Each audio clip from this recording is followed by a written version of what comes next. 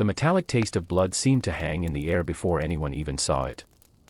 The front door of the small cottage on Via della Pergola stood slightly ajar that gray November morning in the city of Perugia. Damp air crept in from the narrow street. Somewhere nearby, church bells rolled over the tiled roofs like a reminder that the world was continuing, indifferent. Inside, there was the faint, sharp sting of bleach. Amanda Knox stood in the hallway barefoot, her hair pulled back in a loose knot, arms folded tight across her chest as if she were cold. She wasn't. The heating worked fine. But her shoulders trembled in small, involuntary movements. Raffaele Sollecito hovered beside her, pale, hands stuffed deep into the pockets of his jacket, eyes scanning the floor as though it might speak first. The bathroom door was open. Drops of diluted blood clung to the sink. A faint smear marked the faucet. The bath mat lay tossed aside, stiff in places. Nothing dramatic at first glance. Just wrong. And then there was the locked bedroom door at the end of the hall. They knocked. No answer. They called her name. Silence. The police were already there by the time the door was forced open. Wood splintered. A sharp crack echoed through the narrow corridor. And then the smell changed. It thickened. Meredith Kercher lay on the floor of her room, partially covered by a duvet. Her throat had been cut. Blood darkened the tiles, dried into deep rust-colored pools that caught the weak daylight from the window. The window itself was shattered, glass scattered across the floor like a careless afterthought. The room felt staged. Too loud in its chaos. Drawers pulled out. Clothes tossed. A rock beneath the broken pane. A burglary, perhaps. Or a performance. You think crime scenes are loud. Screams, sirens, drama. In reality, they are quiet. Oppressively quiet. The kind of quiet that presses against your ears until you start hearing your own pulse. Amanda pressed her back against the wall as officers moved past her. She covered her mouth. Not in a scream. In thought. As if she were trying to hold something inside. Raffaele looked smaller than he had the night before. Outside, blue lights flickered against medieval stone. Neighbors gathered in clusters, whispering. In a university town like Perugia, students were part of the scenery, backpacks, laughter, cheap wine bottles left by fountains. Death did not fit the aesthetic. And yet here it was. Meredith Kercher was 21 years old. British. In Italy for a year abroad. Her friends called her diligent, warm, steady.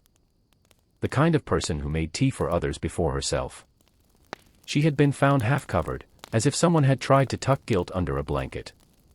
The question arrived before the forensics team finished their first photographs. Who did this? And perhaps more dangerously, why did the scene feel rehearsed? You might believe that truth always announces itself in blood. That the victim tells you everything. But what if truth is quieter than rumor? What if it slips out the back door while everyone is staring at the broken window? And today, we begin a story where certainty shattered more completely than glass. Because that morning in Perugia was not just about a murder. It was the beginning of a labyrinth. Hours earlier, the cottage had been ordinary. 3 young women sharing rent, sharing a kitchen, occasionally sharing tension over cleaning schedules. Meredith Kercher had returned home the previous evening after spending time with friends. She had exchanged messages. Nothing unusual. No sign that the night would fold in on itself. Amanda Knox had been at Raffaele Sollecito's apartment, just a short walk away through the winding Umbrian streets. They had met only weeks before. A quiet Italian computer science student and an American exchange student from Seattle. An unlikely symmetry. They said they spent the night together. They said they smoked marijuana. They said they overslept. But the timeline began to fray almost immediately. Phones were switched off. Calls unanswered. And when Amanda returned to the cottage late the next morning, she later told police she found the front door open. Drops of blood in the bathroom. Meredith's door locked. She called Raffaele. Then she called the police. That part is documented. The details after that. They begin to shift depending on who is speaking.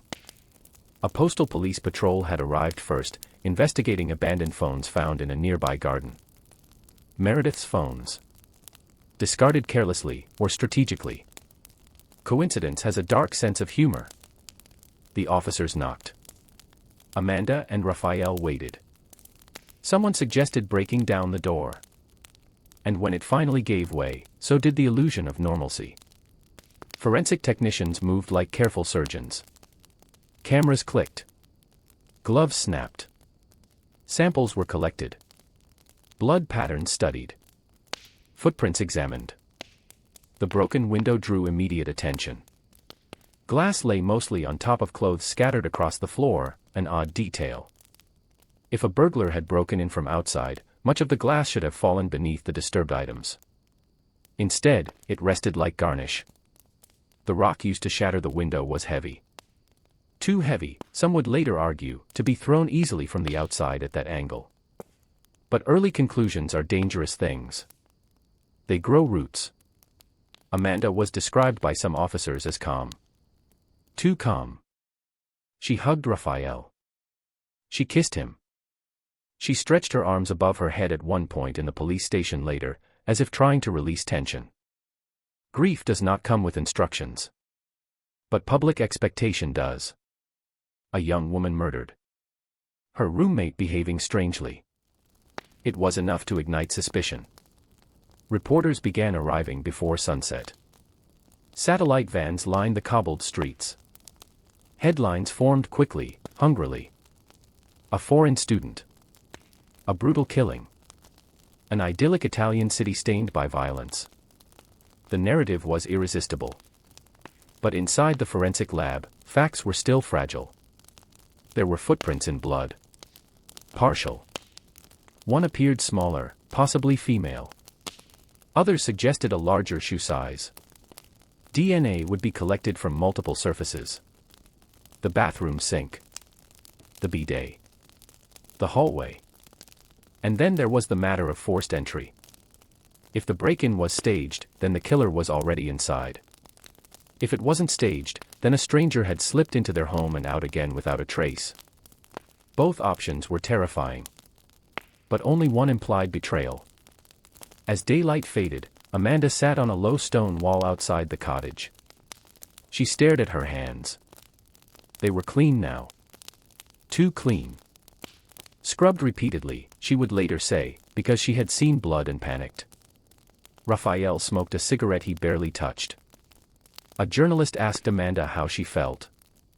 Confused, she said. It sounded insufficient. But what word is sufficient when your roommate is lying on a cold floor inside? In the following days, investigators would begin reconstructing the final hours of Meredith's life. Witness statements. Bar receipts. Computer activity logs. CCTV footage from narrow streets that had watched centuries pass but not prepared for this. Rudy Guede's name would surface soon enough, a young man from Ivory Coast with a history of petty crime, whose fingerprints would later be found in Meredith's room. He would flee to Germany. He would be arrested. He would admit being present but deny committing the murder alone. But on that first day, none of that was clear. What was clear was the tension in the air. Thick as the smell of bleach. Why bleach? Cleaning agents had been used in the cottage. Amanda mentioned cleaning a spill in the kitchen. Investigators noted the scent. Every ordinary act began to look suspicious under the fluorescent glare of tragedy. You wipe a counter. It becomes evidence. You kiss your boyfriend. It becomes indifference. You hesitate in an answer. It becomes deceit. Perugia had seen violence before. Italy is no stranger to complex trials and dramatic headlines. But this case would grow teeth. Because it wasn't just about a crime. It was about culture. About perception. About the fragile theater of behavior. Amanda Knox would soon find herself no longer a witness, but a suspect. But that transformation had not yet been spoken aloud on that first day. Not yet. Instead, there was only a locked door now hanging crooked on broken hinges. A room that would never again feel like a student's sanctuary. and a city beginning to divide quietly between doubt and outrage. Meredith Kercher's family had not even landed in Italy yet. They would arrive to cameras and condolences and a nightmare that would stretch across years. And somewhere between the shattered window and the whispered speculations, truth took its first step backward. Because from this moment on, every gesture would be magnified. Every smile dissected. Every inconsistency weaponized. The labyrinth had opened.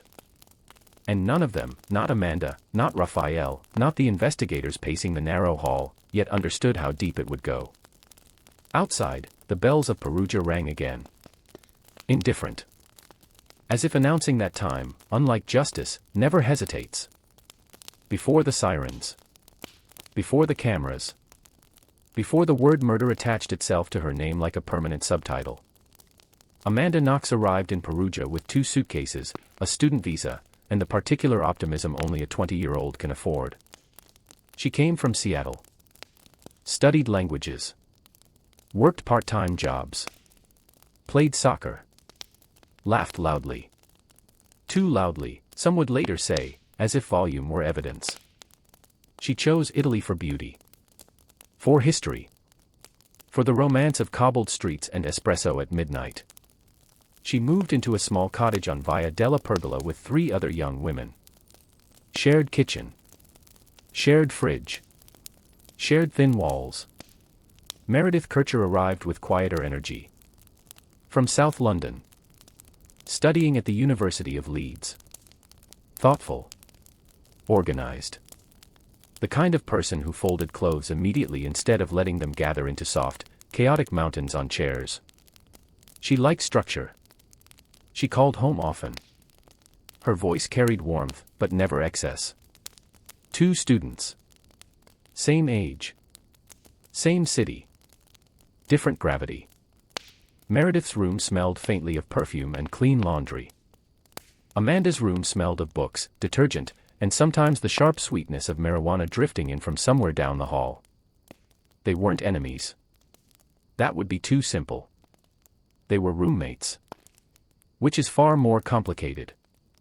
Small frictions emerged like hairline cracks in porcelain. Meredith reportedly preferred clearer boundaries.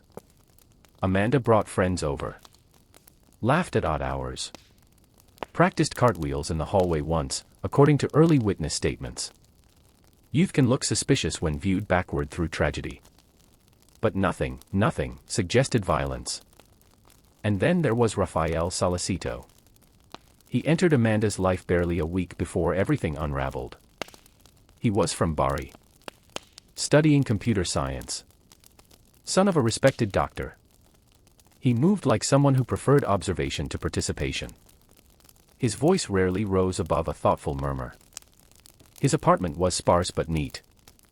Knives arranged carefully in the kitchen drawer. He met Amanda at a classical music concert. 2 students in a foreign city. They spoke. They smiled. They left together. Fast. Too fast, some would later imply. But young people fall into each other quickly in places like Perugia. The city encourages it. Medieval arches. Cheap wine. Moonlight over Umbrian hills. Romance becomes a reflex. Amanda began spending nights at Raffaele's apartment. They cooked together. Smoked marijuana. Watched movies. Ordinary intimacy. On the evening before Meredith died, they said they stayed in. Ate dinner. Used Raffaele's computer. Fell asleep. Digital footprints would later become courtroom battlegrounds. Computer activity logs. Phone records. Every click dissected like scripture. But at the time, they were just 2 students passing an evening.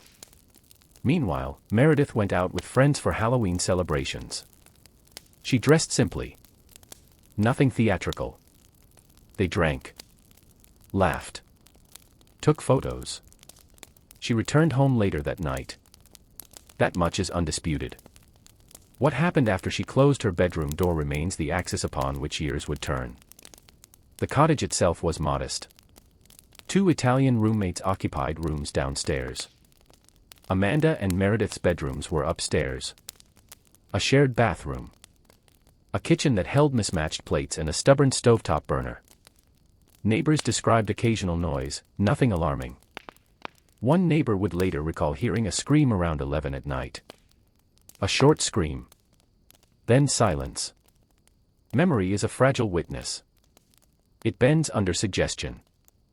And yet, the detail lingered. Rudy Guede, a young man known in the area, drifted around the student social circles. Charming when he wanted to be. Restless. He had been at the same Halloween gatherings that week. His presence in Perugia was loose, undefined. He didn't quite belong anywhere. His fingerprints would eventually be found inside Meredith's room. His DNA unmistakably present. But on that first night, he was just another name in a university town. The quiet Italian. The American girl. The British student. The drifting outsider. 4 trajectories intersecting. None of them yet aware of the collision forming in the dark. When Amanda returned to the cottage the next morning, she later told investigators she noticed the front door was open. Not wide. Just enough to feel wrong. Inside, she saw spots of blood in the bathroom. On the sink. On the floor. She said she thought Meredith might have had menstrual issues. Or perhaps an accident. It sounded naive. Or rehearsed. Depending on who was listening. She showered. That detail would haunt her. Why shower in a house where blood is visible? Prosecutors would later raise eyebrows high enough to scrape the ceiling. Amanda said she didn't process it as danger. Fear doesn't always arrive instantly.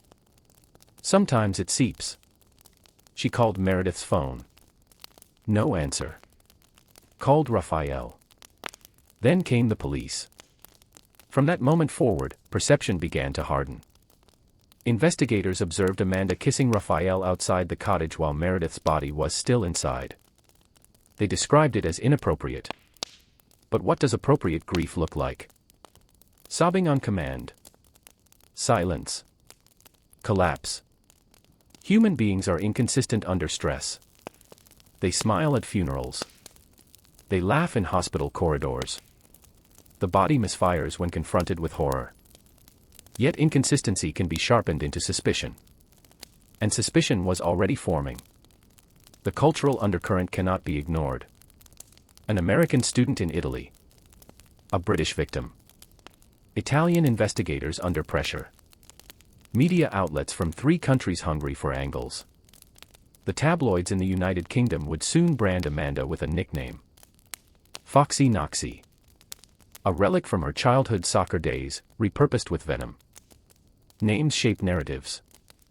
Narratives shape verdicts. But in these early days, the investigation still moved cautiously. Footprints in blood were analyzed. One appeared compatible with a woman's size. Others suggested a larger male shoe. DNA samples were collected from the bathroom sink, mixed traces of Meredith and Amanda. Which, in a shared bathroom, is not extraordinary. But in a courtroom, ordinary details can become extraordinary. Investigators questioned Amanda and Raffaele repeatedly. At first, as witnesses. Then as something else. The shift was subtle. A tone change. A longer pause before accepting an answer. A second look at body language. Raffaele's statements began to wobble. Minor inconsistencies about timing. About whether Amanda had left his apartment briefly during the night. About phone activity. Under pressure, memory becomes clay. You reshape it unconsciously. You try to fill gaps. You correct yourself. And each correction becomes a red flag. Amanda's mannerisms unsettled some officers. She did yoga stretches at the police station. She giggled nervously at times. She covered her face with her hands. Was it immaturity? Shock? Or something darker? Interpretation began replacing evidence. And somewhere in the background, Meredith's life risked being reduced to a symbol rather than remembered as a person. She had plans. Exams. A future mapped carefully. Now her room was sealed with tape. As forensic results trickled in, one fact stood firm.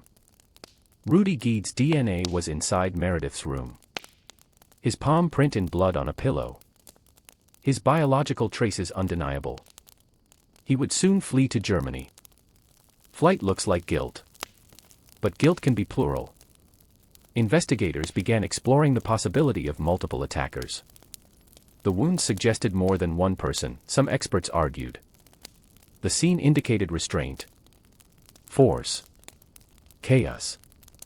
Could one man alone have done this? Or was someone else present? And if someone else was present, who? Amanda and Raffaele's proximity made them convenient. Too convenient. The break-in still bothered investigators. The shattered window in another roommate's room appeared staged. Glass resting on top of scattered clothes rather than beneath them. If staged, then someone inside the house had broken it after the fact. Which narrowed possibilities dramatically. And that is how a witness becomes a suspect. Not in a dramatic announcement, but in incremental suspicion. Amanda would later say she felt the atmosphere shift during those early interrogations. Questions repeated. Timelines dissected. Her words written down, translated, rephrased. She was young. Far from home. In a foreign legal system. Raffaele's father hired a lawyer quickly. Amanda did not fully grasp the gravity at first.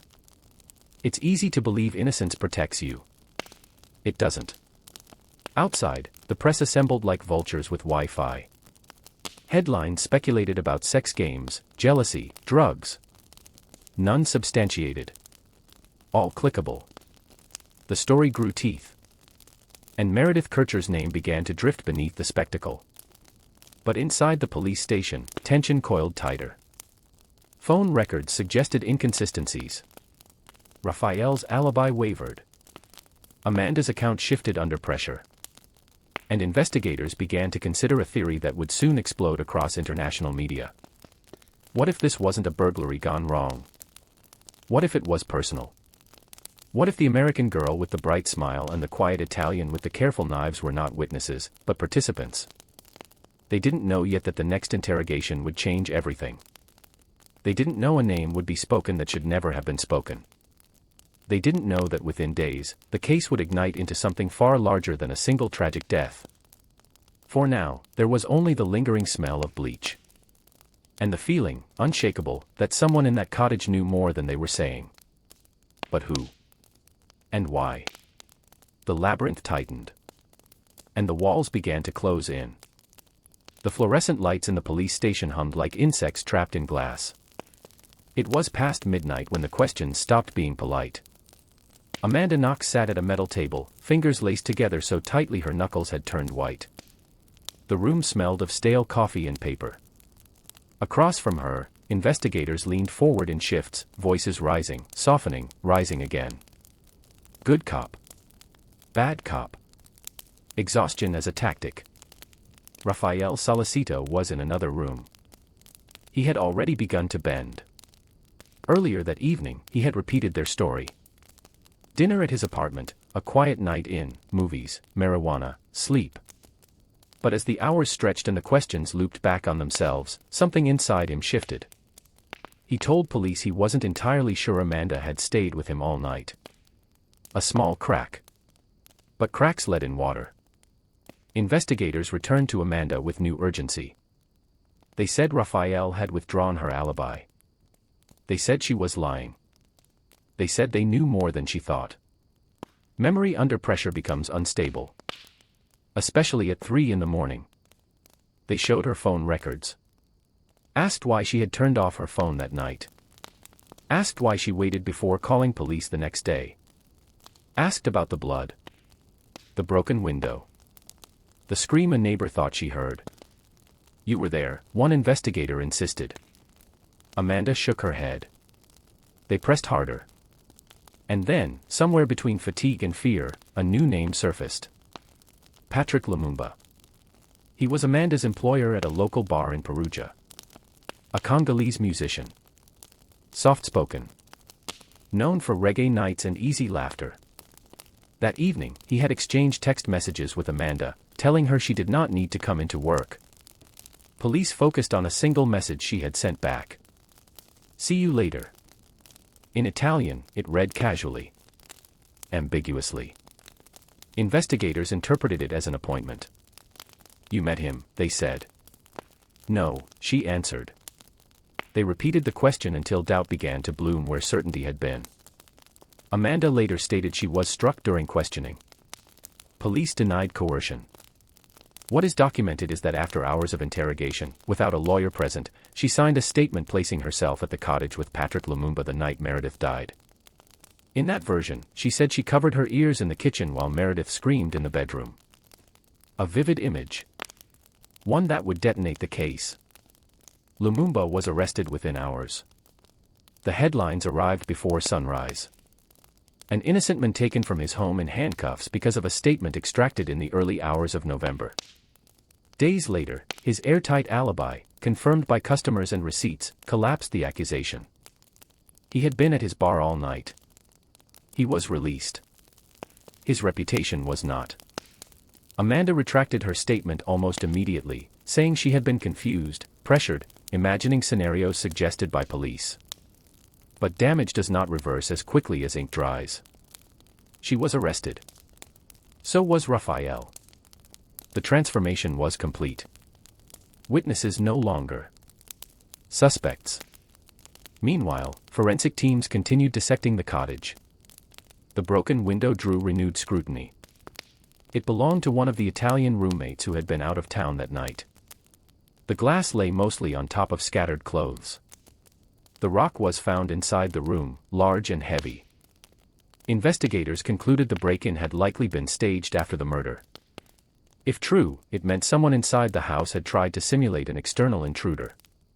But then came Rudy Guede. His fingerprints were found on Meredith's handbag. His DNA on her body. His palm print in blood on a pillow beneath her.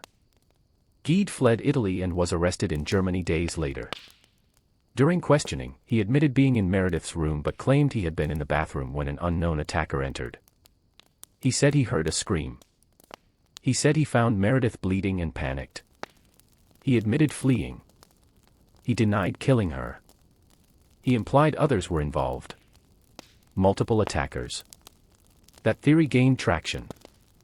The autopsy indicated Meredith had suffered several wounds. Bruising suggested restraint. Some forensic experts believed the injuries were consistent with more than one assailant. Others disagreed. Science rarely speaks in absolutes. Courtrooms prefer absolutes. Guede chose a fast-track trial procedure, separate from Amanda and Raffaele. He was convicted of murder and sexual assault and sentenced to 30 years in prison, later reduced on appeal. His conviction did not close the case. Instead, it widened it. Because if Guede was guilty, was he alone? Or part of something darker? In the days following the arrests, Perugia transformed. Camera crews clogged narrow medieval streets. International media descended like migratory birds sensing spectacle. The narrative split quickly. In Italy and the United Kingdom, suspicion of Amanda hardened.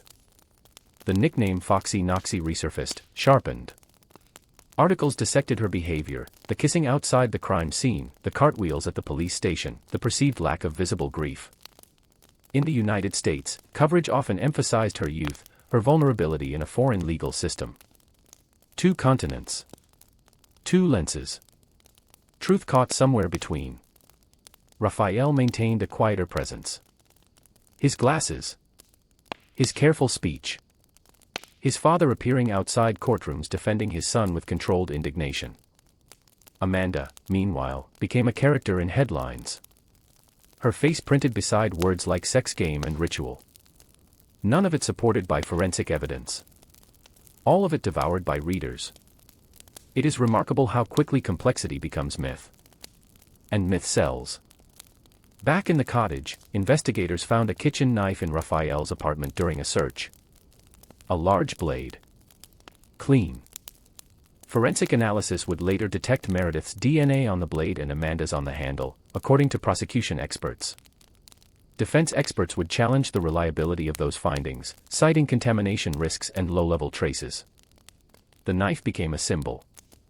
A domestic object transformed into alleged murder weapon. In court, it would be held up under bright lights. But at this stage, it was just another item bagged and catalogued. Mixed DNA traces were also found in the shared bathroom, Amanda and Meredith's genetic material together on surfaces.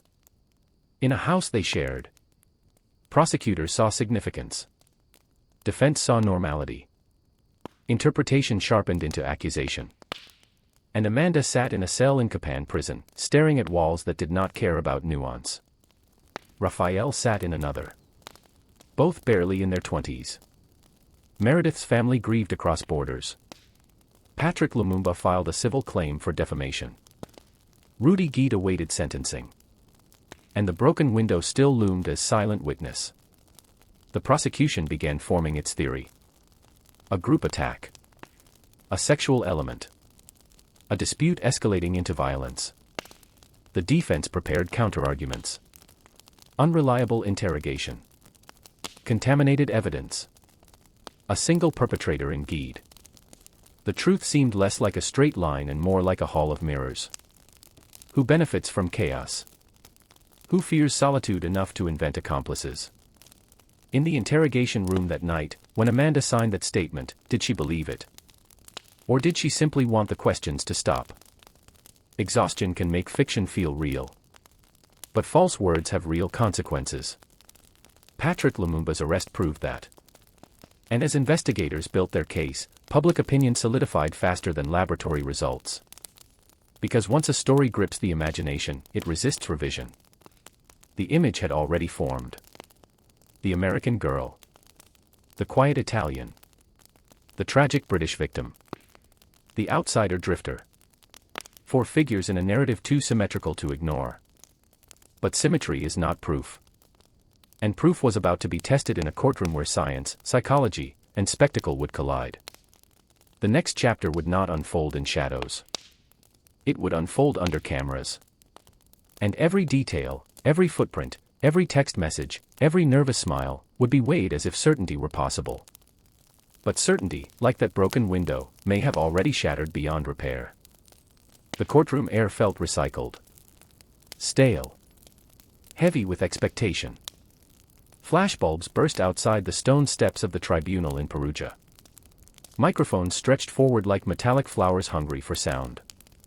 Inside, polished wood benches creaked under the weight of journalists from 3 continents.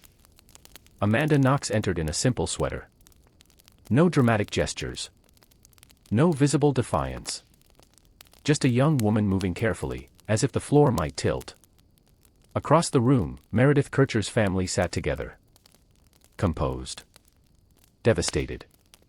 Watching. Justice, everyone agreed, had to be done. But what did justice look like when even the confession was unstable? The prosecution leaned heavily on that night of questioning. They described Amanda's written statement as voluntary. Detailed. Damning. In it, she had placed herself at the cottage, claimed she heard Meredith scream, implied Patrick Lumumba was the attacker. But the defense dissected the conditions. Hours of interrogation. No lawyer present. No audio recording of the full exchange. Language barriers. Fatigue. Amanda testified that officers shouted. That she was slapped. That they told her she was blocking the truth. Italian police denied physical abuse. What is documented is that she signed 2 statements in the early morning hours and then wrote a handwritten note expressing doubt about their accuracy. Memory under duress is not a reliable narrator. The problem is that courts prefer narrators who sound certain. Patrick Lumumba took the stand later, his presence a quiet indictment of haste. He spoke about the humiliation of arrest. The lost income. The suspicion that lingered even after his release. He looked at Amanda once. Not with rage. With something colder. The court would eventually convict Amanda of defamation for falsely accusing him, even after her acquittal on murder charges years later. Words, once unleashed, rarely return quietly. Meanwhile, forensic evidence became theater. The kitchen knife recovered from Raffaele Sollecito's apartment was displayed under sterile light.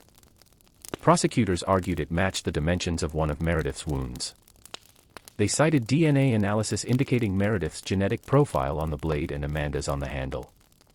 Defense experts countered. The trace attributed to Meredith was low-level, possibly contaminated. The knife had not been properly preserved. The testing methods flawed. The debate turned technical. Swabs. Amplification cycles. Chain of custody logs. For jurors, science can feel like religion. You either trust the priest or you don't. Then there were the footprints. A partial print in blood on the bathroom mat was attributed by prosecution experts to Raffaele. The defense contested the interpretation, arguing it could not be conclusively matched. Mixed DNA samples in the bathroom sink and bidet, Meredith and Amanda together, were presented as signs of cleanup. The defense called it normal for roommates to share a space. The broken window returned as central symbol. Prosecutors insisted it was staged. Glass atop clothing. The trajectory inconsistent with an external break-in. If staged, then someone inside had tried to simulate intrusion. And who was inside? The prosecution's theory crystallized. Amanda Knox, Raffaele Sollecito, and Rudy Guede participated together in a violent confrontation that escalated beyond control. The motive suggested was murky: sexual experimentation, jealousy, drug-fueled chaos. None supported by concrete forensic proof. But speculation, when repeated often enough, begins to sound like memory. The defense hammered a simpler narrative. Rudy Guede acted alone. His DNA in the room. His flight to Germany. His history of break-ins. But prosecutors emphasized Guede's statements implying others were present. The case became less about physical evidence and more about plausibility. Could one man have done this alone? Or did the brutality imply multiple attackers? Experts disagreed. Experts always disagree. Outside the courtroom, the media machine roared. Tabloids ran headlines dripping with insinuation. Television panels debated Amanda's facial expressions. A smile during testimony. A whispered joke with her lawyer. Grief has no choreography. Yet the world demanded one. In the United States, commentators questioned Italian investigative methods. In Italy, some commentators questioned American entitlement. National identity seeped into the cracks of forensic argument. Truth became geopolitical. Amanda wrote letters from prison describing isolation. Describing the slow erosion of identity when your name becomes shorthand for something monstrous. Raffaele maintained a stoic posture in court, though his earlier inconsistencies continued to haunt him. His initial statement that Amanda might have left his apartment. Then the retraction. Then reaffirmation of her alibi. Prosecutors painted it as coordination.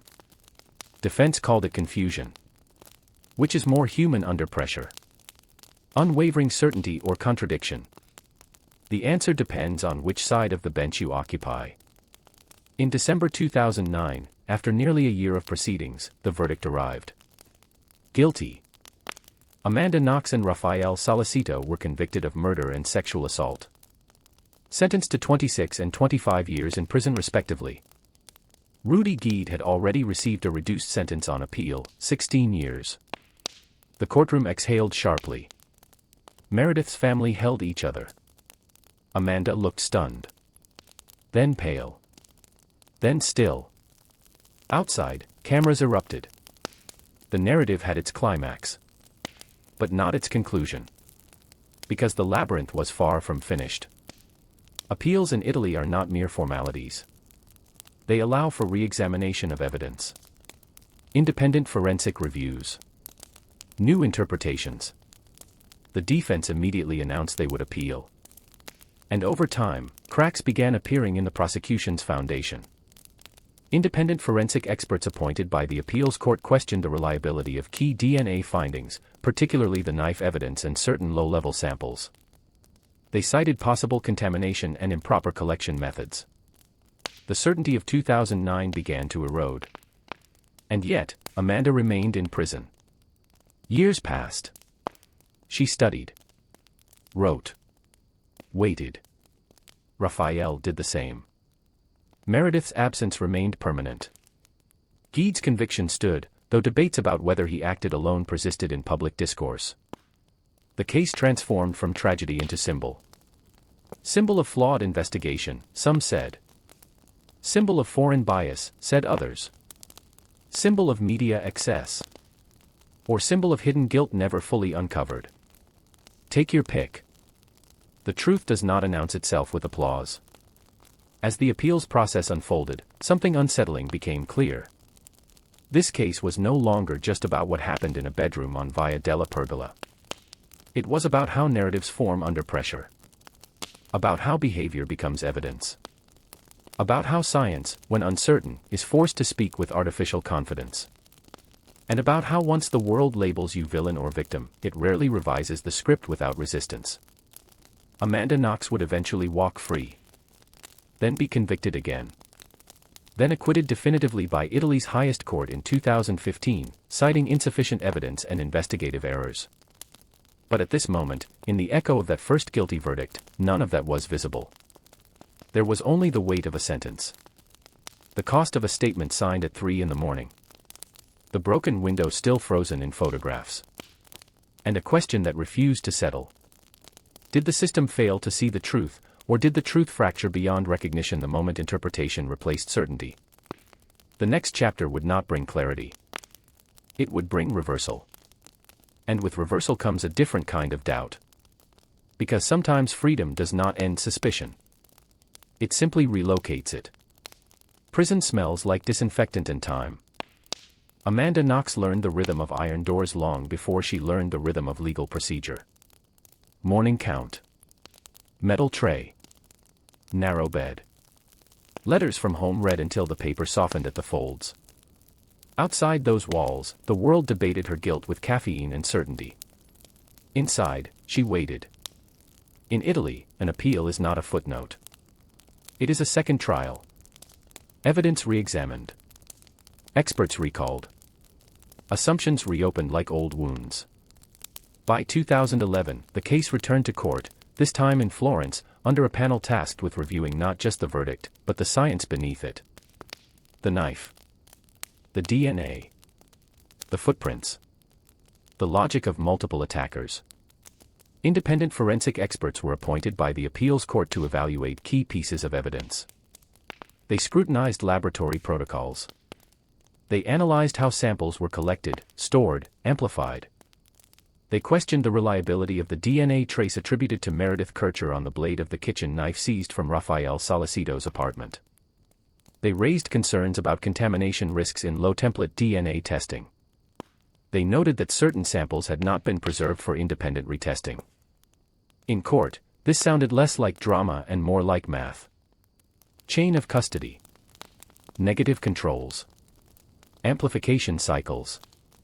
The prosecution defended its procedures. The defense pressed the vulnerabilities. Science, once presented as solid ground, now felt like sand. The footprint on the bath mat, once attributed to Raffaele, was re-evaluated. Defense experts argued it could not be conclusively matched. The alleged mixed DNA traces were reframed as consistent with shared living space. One by one, the pillars trembled. Meanwhile, Rudy Guede's conviction remained intact. He had admitted being in the room. His DNA was undisputed. But he continued to deny acting alone. The paradox deepened. One man definitively linked to the crime scene, 2 others linked through contested interpretation. Could Guede have acted alone? The appeals court listened carefully. In October 2011, the verdict was read. Acquitted. Amanda Knox and Raffaele Sollecito were freed after 4 years in prison. In the courtroom, Amanda covered her face. Raffaele exhaled sharply, almost collapsing into relief. Outside, cameras again erupted. In the United States, celebrations. In parts of Italy and the United Kingdom, outrage. Meredith Kercher's family expressed profound disappointment, stating they believed the original verdict had been correct. Justice had not concluded. It had inverted. Amanda returned to Seattle within days. The airport lights reflected in her eyes as she stepped into a crowd of reporters. Freedom looked fragile on her. Raffaele returned to his family in Bari, quieter than before. But the story refused to end. Because in Italy, the prosecution can appeal an acquittal. And they did. The case ascended to Italy's Supreme Court of Cassation. In 2013, that court overturned the acquittal, citing errors in the appeals process. The case was sent back to a different appeals court for reconsideration. It was as if the labyrinth had folded in on itself. Amanda was no longer in Italy. She faced the possibility of extradition. Her name once again surged across headlines. The uncertainty returned, sharper because it had already been survived once. In January 2014, the Florence Appeals Court reinstated the guilty verdict. 28.5 years for Amanda. 25 for Raffaele. Another reversal. Another shockwave. The legal reasoning focused partly on perceived inconsistencies in alibis and the interpretation of circumstantial evidence. The broken window resurfaced. The staged burglary theory re-emerged with renewed confidence. Yet the DNA evidence remained contested. The case now existed in layers: trial verdict, acquittal, conviction again, each layer contradicting the last. Public opinion fractured permanently. Was this persistence proof of hidden guilt? Or proof of systemic doubt? Amanda remained in the United States, appealing once more to the highest court. The years stretched. Meredith Kercher's absence remained the only constant. In March 2015, Italy's Supreme Court issued its final decision. Amanda Knox and Raffaele Sollecito were definitively acquitted of murder. The court cited insufficient evidence and serious investigative flaws. It criticized aspects of the initial investigation, including the handling of forensic evidence and the interrogation practices. The labyrinth did not collapse. It simply stopped moving. Amanda would not return to prison. Raffaele would not serve the reinstated sentence. Rudy Guede remained convicted, his sentence reduced over time. He would eventually be released after serving approximately 13 years, following reductions for good behavior and participation in programs. 3 names forever linked by one night. 1 conviction that stood. 2 that dissolved. And a truth still debated in quiet rooms. Freedom is not the same as exoneration in the court of public opinion. Amanda Knox returned to a life that was no longer anonymous. Book deals. Interviews. Documentaries.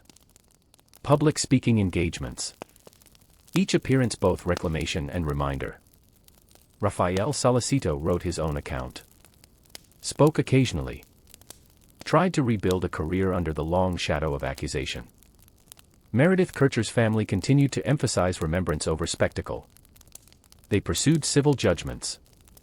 They navigated grief without cameras when possible. Patrick Lumumba received compensation for wrongful imprisonment and defamation. A quiet acknowledgement that false words have measurable cost. Rudy Guede, after release, expressed a desire to rebuild his life. His role remains fixed in legal history, though public debates about whether he acted alone have never entirely ceased. The broken window still exists in photographs. The knife remains an object debated in forensic textbooks and legal seminars. The interrogation that produced the false accusation remains cited in discussions about vulnerable suspects and cross-cultural misunderstanding. This case became a reference point. In law schools. In journalism ethics courses. In conversations about how quickly narrative overtakes nuance. And beneath all of it lies an uncomfortable question. What is justice when verdicts reverse and reverse again? Is it the final ruling? The first instinct? The loudest headline? Or the quiet recognition that some events resist perfect reconstruction? There is a temptation to choose a side. To resolve the discomfort. To say with confidence, this is what happened. But the Amanda Knox case resists simplicity. It is a story about a young woman killed in her bedroom. It is a story about a young man whose DNA placed him undeniably at the scene. It is a story about 2 others whose guilt was declared, erased, declared again, and erased once more. It is a story about investigative certainty colliding with scientific fragility. And it is a story about how the world watches. Because while courts deliberate, cameras broadcast. While experts argue, headlines simplify. And somewhere between those forces, Truth can feel less like a destination and more like a casualty. Meredith Kercher's life ended in a small room in Perugia. The consequences of that night did not. They traveled across oceans. Across courtrooms. Across years. Sometimes justice arrives loudly. Sometimes it stumbles. And sometimes, even after the final ruling, doubt lingers in the hallway like the faint smell of bleach, refusing to disappear. Freedom does not erase fingerprints. It only changes the room you stand in. When the final acquittal came in March 2015, Amanda Knox was thousands of miles away from the stone corridors of Perugia. She received the news in the United States, not inside a courtroom, not beneath carved wooden ceilings, but in a quieter space. Italy's Supreme Court had spoken. Insufficient evidence. Investigative errors. Definitive acquittal. The legal labyrinth had stopped spinning. But stopping is not the same as healing. Amanda stepped back into public life with the strange posture of someone both vindicated and permanently marked. Interviews followed. Carefully chosen words. Measured tone. She spoke about wrongful accusation, about resilience, about the psychology of surviving prolonged uncertainty. Some listeners heard strength. Others heard calculation. Public opinion rarely issues its own acquittals. Raffaele Sollecito, back in Italy, attempted something more modest. Normalcy. He pursued work in technology. Gave interviews sporadically. Spoke of lost years. Of stigma that lingers longer than a sentence. In a small town, everyone remembers. And in a country that debated your face on nightly television for years, anonymity becomes fiction. Meanwhile, Meredith Kercher's family continued navigating a grief untouched by legal technicalities. For them, the acquittals did not reopen a wound. The wound had never closed. They expressed disappointment in the final ruling, maintaining belief in the earlier convictions. They emphasized remembrance over spectacle. Meredith's name, they insisted, should not be secondary to the accused. It was a quiet, dignified demand. One that often struggled to compete with headlines. Rudy Guede remained the one constant in legal terms. Convicted. Sentence reduced from 30 years to 16 on appeal. Further reductions for good behavior and participation in programs. He was released after serving approximately 13 years. Upon release, he expressed regret for being present that night. He maintained he had not committed the murder alone. That statement hangs like an unfinished sentence. Was it deflection? Truth? An attempt to share weight? No court would revisit the case. The final ruling stood. And yet doubt survived it. Years passed. Amanda wrote a memoir. Hosted podcasts. Spoke about criminal justice reform. About the psychology of public shaming. She addressed the defamation conviction related to Patrick Lumumba separately, acknowledging the harm caused by that accusation. The irony was heavy. Acquitted of murder. Convicted of slander. Justice is not symmetrical. Patrick Lumumba rebuilt his life quietly. He had once been arrested on the word of a frightened young woman in an interrogation room. Compensation could not erase the experience. But it acknowledged error. The case became required reading in journalism courses. A cautionary tale about sensationalism. About how a nickname, Foxy Knoxy, can tilt perception before evidence speaks. It entered legal textbooks as well. Discussions of low-template DNA. Contamination risks. The psychology of interrogation without counsel. Cross-cultural misunderstanding. It became a case study in how behavior is interpreted. Amanda kissing Raffaele outside the cottage. Amanda doing a stretch in a police station hallway. Amanda smiling at the wrong moment. Grief, once televised, is no longer personal. It becomes performance. And if it doesn't match the audience's script, suspicion fills the gap. In documentaries and panel discussions, one question repeats. If the investigation had unfolded differently, more cautiously, more scientifically, would the outcome have been clearer? Or was ambiguity inevitable from the moment multiple narratives collided? The broken window still divides experts. Some insist it was staged, Others argue that conclusions were drawn too quickly. The knife remains debated in forensic circles. Low-level DNA samples remain a cautionary example of how fragile scientific interpretation can become under pressure.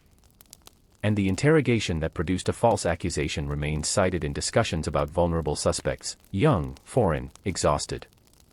The system corrected itself, some say. Eventually. But 4 years in prison are not theoretical.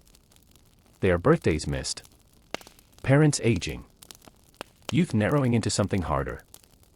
Meredith Kercher lost her entire future. That is the only irreversible fact. In later years, Amanda would return to Italy voluntarily for speaking engagements. A controversial choice. Some saw it as courageous. Others as insensitive. She visited the city that once imprisoned her.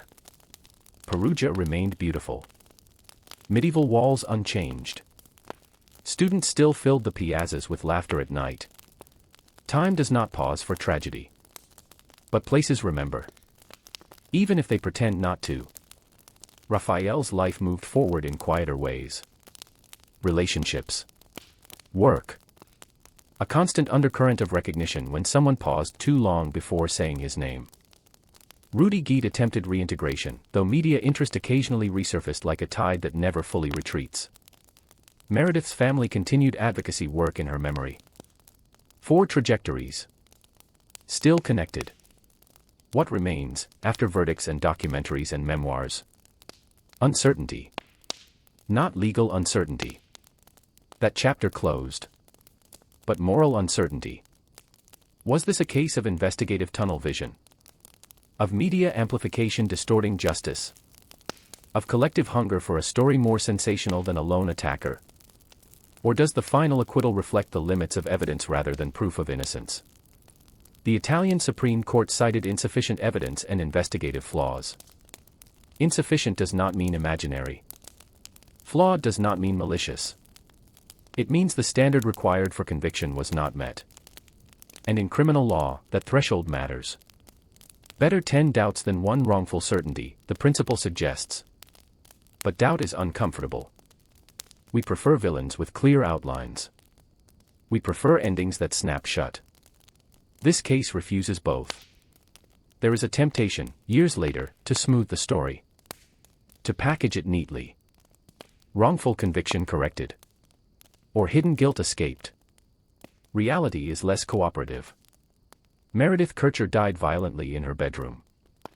Rudy Guede was convicted of participating in that crime. Amanda Knox and Raffaele Sollecito were convicted, acquitted, convicted again, and finally acquitted. Patrick Lumumba was wrongly accused and compensated. The media magnified every gesture. The public chose sides. And the city of Perugia returned to routine. No orchestral swell. No cinematic resolution. Just lives altered permanently. Some ended. Some reshaped. And somewhere between the shattered glass and the final ruling lies a space where certainty once tried to live. It didn't survive. Sometimes justice arrives imperfectly. Sometimes truth is not a spotlight but a shadow, visible only because something else blocks the light. Meredith's room no longer bears police tape. The cottage has new occupants. But if you walk those narrow streets at night, when the air is cool and the stones hold the day's warmth, you might understand something unsettling. History does not disappear. It settles. Quietly. And sometimes, the loudest stories leave the deepest silence behind. The cameras eventually packed up. The satellite vans left the medieval streets of Perugia. The microphones found new tragedies. The headlines moved on. But uncertainty stayed. It lingered like a draft under a closed door. Years after the final acquittal in 2015, the Amanda Knox case no longer dominated front pages. It evolved into something quieter, more insidious. A reference point. Another Amanda Knox, commentators would say when discussing questionable investigations. Her name became shorthand. Not a person. A symbol. Symbols don't sleep. People do. Amanda tried to build a life beyond the case. She married. Worked as a writer and journalist. spoke publicly about the psychology of wrongful accusation, about how identity fractures when the world decides who you are before you understand it yourself. She described the strange duality of being both famous and misunderstood. Some audiences listened with empathy. Others watched with suspicion that never dissolved. Because once doubt attaches itself to a narrative, it feeds on survival. If she smiles, it's manipulation. If she cries, it's performance. If she stays silent, it's strategy. There is no correct posture for a woman once accused of murder. Raffaele Sollecito lived more privately, but not invisibly. Job applications carried his name like a watermark. Conversations paused a fraction too long when introductions were made. Acquitted. Yes. But not erased. He once remarked in interviews that prison does not end when the cell door opens. It follows you in quieter forms. Rudy Guede's release reignited brief waves of media attention. He expressed remorse for being present that night. Maintained he had not acted alone. Attempted to reintegrate into society. His conviction stands as the only legal certainty. And yet even that certainty does not answer every question. Because a conviction does not automatically provide narrative closure. Meredith Kercher's family continues to honor her memory through foundations and remembrance. They have consistently emphasized that the focus should remain on Meredith's life, not solely the controversy surrounding her death. It is a dignified stance. And a difficult one in a world that prefers spectacle over silence. The case now lives in classrooms. Law students analyze the forensic disputes. Journalism students dissect the headlines that once painted Amanda Knox as a seductive manipulator. Psychology students study interrogation techniques and the fragility of memory under pressure. Experts debate low-template DNA and contamination risks. They cite the knife. The bra clasp collected weeks after the crime. The broken window theory. Each academic discussion circles the same core tension. When evidence is complex and behavior ambiguous, how quickly do we fill gaps with narrative? The Amanda Knox case became a global lesson in how perception shapes prosecution. Italian investigators were criticized for tunnel vision. American commentators were accused of cultural arrogance in dismissing Italian procedure. British tabloids were condemned for sensationalism. Everyone defended their angle. Few admitted the possibility that ambiguity itself was the only honest answer. And here lies the deeper discomfort. We want crime stories to behave like equations. Victim plus evidence equals culprit. But sometimes the numbers don't align cleanly. Sometimes the evidence is partial. Sometimes behavior misleads. Sometimes the loudest detail is not the most important one. The broken window looked theatrical. The DNA looked scientific. The confession looked definitive. And yet each of those elements fractured under scrutiny. So what remains? A young woman named Meredith Kercher lost her life. A young man named Rudy Guede was convicted of participating in her murder. 2 other young people lost years to a process that ultimately declared the evidence insufficient. Patrick Lumumba lost his reputation overnight because exhaustion and suggestion collided in an interrogation room. And the rest of us consumed the story like serialized drama. There is black humor in that. The world debated body language as if it were a fingerprint.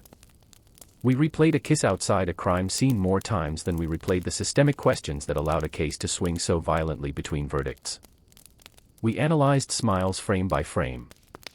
As if grief must follow choreography approved by strangers. Irony thrives in hindsight. We trust science until science hesitates. We trust courts until courts disagree with themselves. We trust media until the narrative changes. Then we claim we always knew it was complicated. The final ruling cited insufficient evidence and investigative errors. Not innocence proven beyond doubt. Not guilt proven beyond doubt. Insufficient. A word that feels both protective and unsatisfying. In criminal law, insufficient evidence is enough to acquit. In human psychology, it is rarely enough to convince. And so the case persists, not in courtrooms, but in conversation. Did the system correct itself, demonstrating resilience? Or did it expose how fragile justice can become under pressure?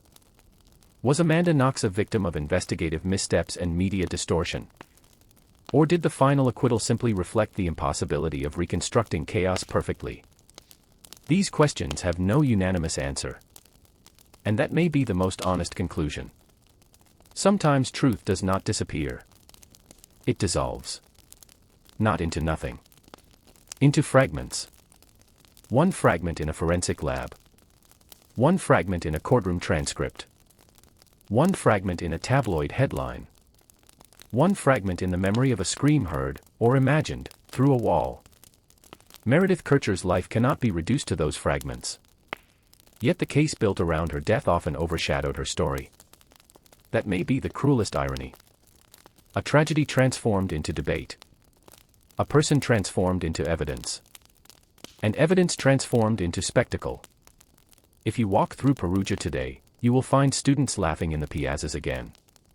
Music drifting from bars. Laundry hanging from windows above narrow streets. Life resumed. It always does. But somewhere in the city's quiet corners, the story remains embedded in stone. Not as certainty. As caution. Because sometimes justice is not a triumphant gavel strike. Sometimes it is a weary acknowledgement of limits. And sometimes the loudest trials leave behind the deepest ambiguity. The Amanda Knox case did not end with a confession. It ended with insufficiency. And insufficiency is a difficult companion. It does not comfort. It does not accuse. It simply lingers. Like the faint smell of bleach in a room long after the door has been repaired.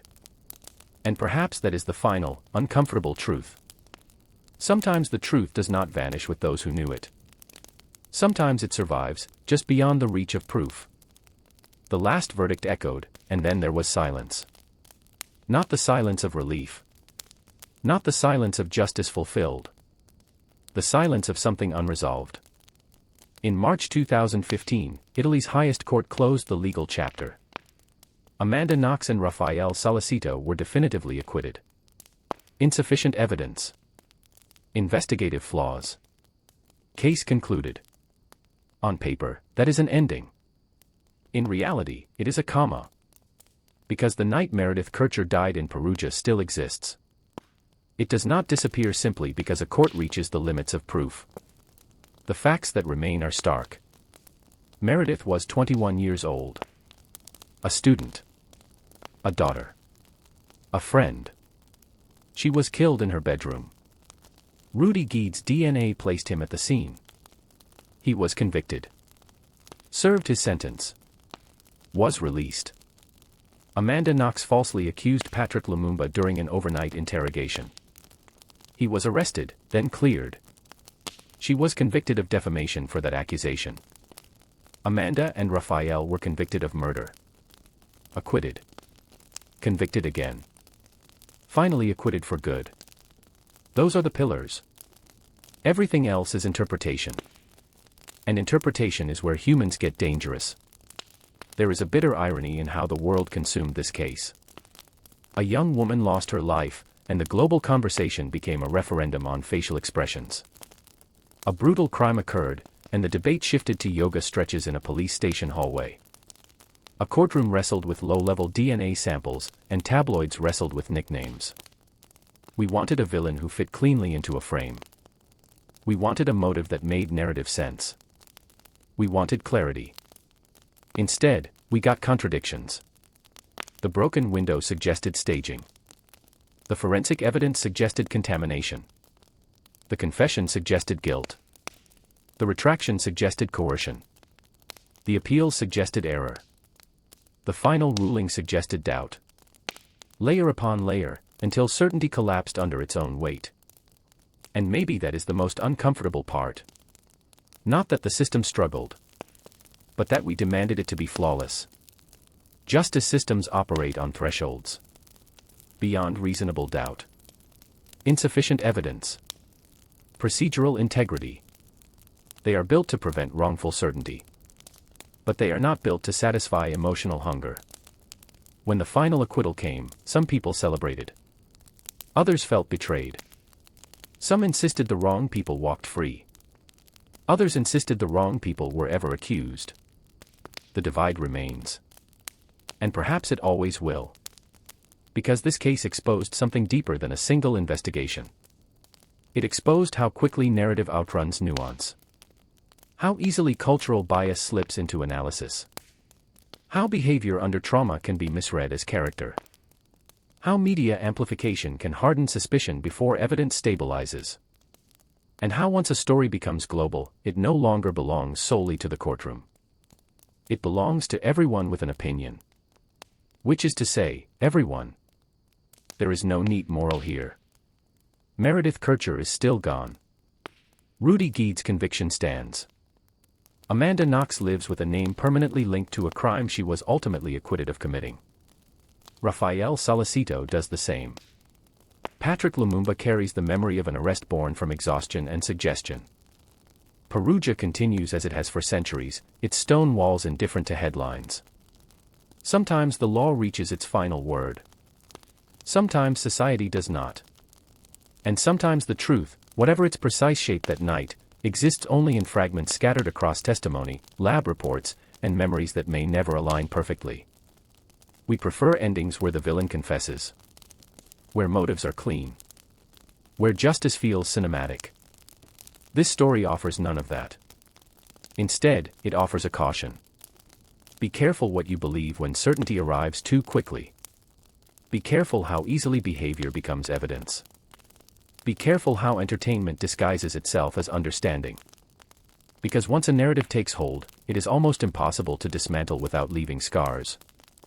In the end, the Amanda Knox case is not just about guilt or innocence. It is about limits. The limits of forensic science. The limits of interrogation. The limits of media restraint. The limits of our own patience with ambiguity. And the cost of crossing those limits. Some costs are measured in years behind bars. Some in reputations destroyed.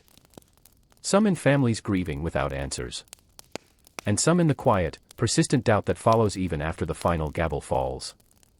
Sometimes truth does not stand triumphantly in the light. Sometimes it slips sideways into shadow. And sometimes it becomes a stranger, recognized by no one, claimed by everyone. The door on Via della Pergola was repaired long ago. The glass replaced. The walls repainted. But that night remains. Not as a solved equation. Not as a moral lesson. But as a reminder that justice, like truth, is not immune to human imperfection. And when certainty fractures, it does not shatter loudly. It settles. Quietly. Into history. Where it waits, still debated, still doubted, still unfinished.